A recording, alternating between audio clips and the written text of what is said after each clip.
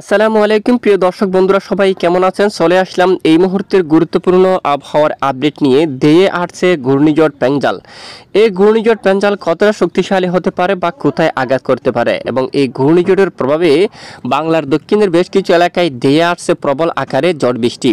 তো বাংলার কোন কোন জেলাগুলোর উপর ভারী বৃষ্টিপাতের সম্ভাবনা রয়েছে তার সম্পূর্ণ বিস্তারিতভাবে আপনাদেরকে জানিয়ে দেওয়া হবে। এছাড়া আগামী 24 থেকে 48 ঘন্টায় ঢাকা বিভাগ থেকে শুরু করে দেশের উত্তরাঞ্চল এবং দেশের দক্ষিণাঞ্চল, ভারতের পশ্চিমবঙ্গ সহ উত্তরবঙ্গ, আসাম, ত্রিপুরা, মূলত বাংলাদেশের 64 জেলার মধ্যে কোন কোন জেলাগুলোর উপর বৃষ্টিপাতের সম্ভাবনা রয়েছে তা সম্পূর্ণ বিস্তারিতভাবে জানিয়ে দেওয়া হবে। তো আশা করি ভিডিওটি শেষ পর্যন্ত দেখবেন।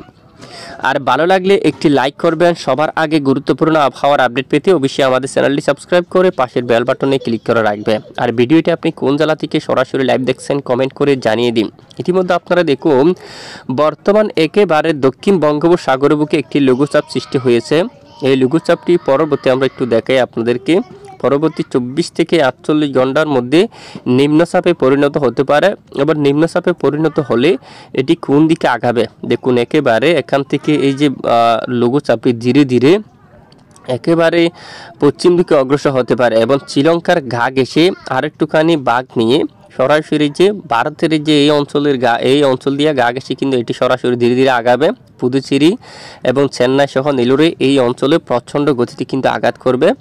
এবং এখানে আঘাত করার পর এটি আরও কিছুটা শক্তি বাড়িয়ে ধীরে ধীরে তার অংশ এখানে বিশাখাপট্টনম, তারপরে যে অন্ধ্রপ্রদেশের উপর প্রবেশ করে এখানে দেখুন ব্যাপক আকারে তাণ্ডব চালিয়ে এখানে ভারী থেকে অতি ভারী বৃষ্টিপাত থাকবে। এই পেঞ্জালের প্রভাবে নতুন করে এখানে মধ্য বঙ্গোপসাগরে বৃষ্টিপাত তৈরি হবে, সাথে বেশ কিছু এলাকায় মাঝারি থেকে ভারী বৃষ্টিপাতের সম্ভাবনা কিন্তু থাকবে।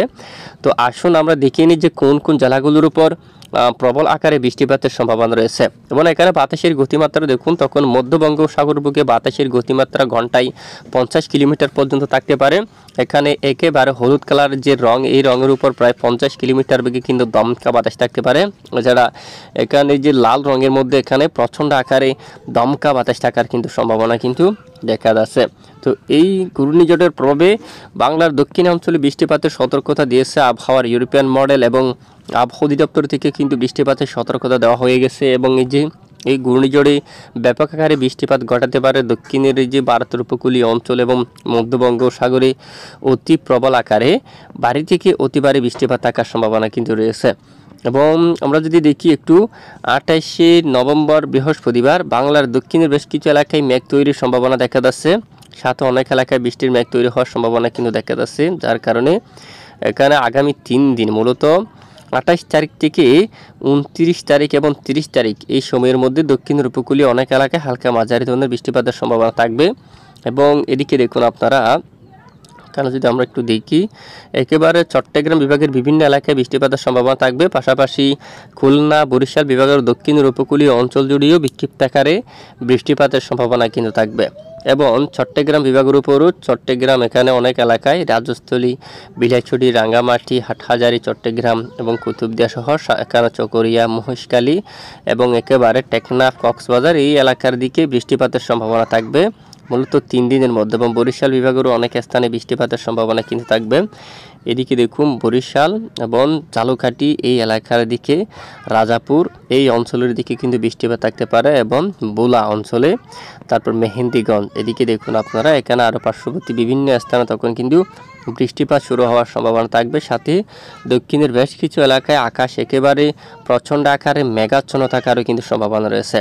পাশাপাশি ভারতের পশ্চিমবঙ্গের এখানেও অনেক একেবারে দক্ষিণবঙ্গে কেন অনেক অঞ্চলে বৃষ্টিপাত থাকতে পারে। বালুরছড়া, দীঘা অঞ্চল দিয়া ব্যাপক আকারে বজ্রসহ বৃষ্টিপাত থাকতে পারে। এদিকে দেখুন, এদিকে বাদরাক এই এলাকার দিকে, বালুরছড়া এই এলাকায়, তারপর এদিকে জলেছড়া এই এলাকায় বৃষ্টিপাত থাকতে পারে। তারপর এদিকে গঙ্গাসাগরের দিকে, হালদিয়ার দিকে এবং পার্শ্ববর্তী বিভিন্ন স্থানে এখানে বৃষ্টিপাত থাকার সম্ভাবনা রয়েছে। হলদিয়া দেখুন এই এলাকায় মাঝারি থেকে ভারী বৃষ্টিপাত থাকবে। তারপর কাকদ্বীপের উপরে কিন্তু ভারী বৃষ্টিপাতের সম্ভাবনা কিন্তু থাকবে। তারপর এদিকে আরও দেখুন, আরও বিভিন্ন অঞ্চলে দিকে বৃষ্টিপাত থাকার সম্ভাবনা, মাঝারি থেকে ভারী বৃষ্টিপাত। পরবর্তীতে কলকাতা সহ এখানে দক্ষিণবঙ্গের বেশ কিছু এলাকায় বৃষ্টিপাতের সম্ভাবনা। এবং মূলত আগামী 28, 29, 30 এবং 1 তারিখ পর্যন্ত দক্ষিণের উপকূলীয় বেশ কিছু এলাকায় হালকা মাঝারি ধরনের বৃষ্টিপাত থাকার সম্ভাবনা কিন্তু দেখা যাচ্ছে। তো এই মুহূর্তে আমরা একটু দেখব আবহাওয়ার আমেরিকান মডেল দিকে কি আপডেট দেওয়া হয়েছে, কোন কোন জেলাগুলোর উপর বৃষ্টিপাতের সম্ভাবনা দেখাচ্ছে। তো দেখুন এখানে যে আমরা একটু দেখি, এখানে আবহাওয়ার বড় ধরনের পরিবর্তন লক্ষ্য করা যাচ্ছে।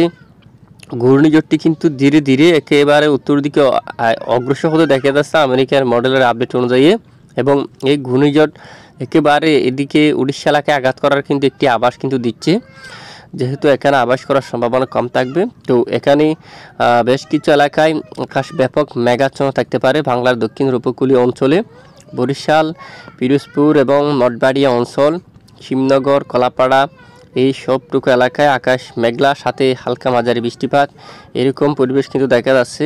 মতিরহাট, লালমোহন, সন্দ্বীপ এবং হাতিয়া অঞ্চল দিয়া, সেনবাগ এই অঞ্চল দিয়া এবং মানিকছড়ি, ফটিকছড়ি উপজেলা এবং রাঙ্গামাটি, হাটহাজারী, বিলাইছড়ি, রাজস্থলী সহ চট্টগ্রাম, সাতকানিয়া এই এলাকায় আকাশ প্রচণ্ড মেঘলা সাথে বৃষ্টি হালকা মাঝারি। কুতুবদিয়া, নাইক্ষ্যংছড়ি, একেবারে টেকনাফ, কক্সবাজার এদিকে কিন্তু মাঝারি থেকে ভারী বৃষ্টিপাতের সম্ভাবনা কিন্তু থাকতে পারে। আর বঙ্গোপসাগরে দেখুন এখানে ব্যাপক মেঘ তৈরি হতে পারে এবং সমস্ত মেঘ ধীরে ধীরে উত্তর দিকে অগ্রসর হয়ে ডিসেম্বর মাসের 1 তারিখ পর্যন্ত এখানে দক্ষিণের বেশ কিছু এলাকায় ভারী বৃষ্টিপাতের কবলে পড়তে পারে। খুলনা বিভাগের দিকে, তারপর এদিকে সাতক্ষীরা এই এলাকার দিকে, এবং এখানে দেখুন এখানে শিবনগর এই অঞ্চল দিয়া, এখানে মঠবাড়িয়া এবং এখানে সকল এলাকায় মাঝারি থেকে ভারী বৃষ্টিপাতের সম্ভাবনা রয়েছে। আচ্ছা, এদিকে দেখুন খুলনা বিভাগের উত্তরাঞ্চলে কিন্তু মাঝারি থেকে ভারী বৃষ্টিপাতের একটি আভাস কিন্তু এখানে দেখা যাচ্ছে। শাইলকুপা, ফরিদপুর, যশোর, লোহাগাড়া দেখুন মূলত আর কয়েকদিন পরেই দেশের দিকে ধেয়ে আসতে চলছে মাঝারি থেকে ভারী বৃষ্টি। তো এইবার আমরা দেখে নেব দেশের কোন কোন জেলার তাপমাত্রা কত ডিগ্রি সেলসিয়াসের মধ্যে নামছে, এবং প্রচণ্ড ঠান্ডা শীত কিন্তু অনুভব করতে পারে বেশ কিছু অঞ্চল জুড়ে। এখানে দেখুন বাংলার বেশ কিছু এলাকায় তাপমাত্রা পারদ কিন্তু অনেকটাই নেমে যাচ্ছে, এবং বেশ কিছু এলাকায় প্রচণ্ড ঠান্ডা শীত কিন্তু অনুভব হবে। দেশের উত্তরাঞ্চলে অনেকটাই ঠান্ডা অনুভব হতে পারে।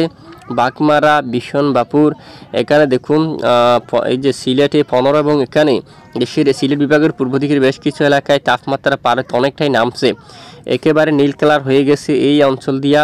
এখানে খুবই ঠান্ডা, এই যে এখানে দেখুন ধর্মনগর অঞ্চল দিয়া, কুলাউড়া, কামালগঞ্জ তাপমাত্রা 14 ডিগ্রিতে নামছে এবং অনেকটাই ঠান্ডা প্রবেশ করছে। এবং এদিকে চরখাই অঞ্চল, জাকিগঞ্জের দিকেও কিন্তু দেখুন জাইন্তিয়াপুর এখানে ব্যাপক আকারে ঠান্ডার পরিবেশ কিন্তু দেখা যাচ্ছে।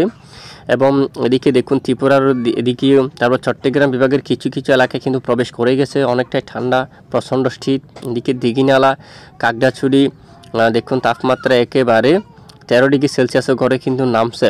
এখানে দেখুন তাপমাত্রা ধীরে ধীরে অনেকটাই নামছে। সাজেক এবং এদিকে দেখুন চেঙ্গি অঞ্চল, এখানে দিঘিনালা সহ এখানে বেশিরভাগ এলাকায় তাপমাত্রা কিন্তু অনেকটাই নেমে গেছে, এবং আগামীকাল কিন্তু আরও নামতে পারে এখানে তাপমাত্রা, এবং খুবই ঠান্ডা এখানে অনেকটাই ঠান্ডা প্রচণ্ড শীত কিন্তু অনুভব করতে পারে।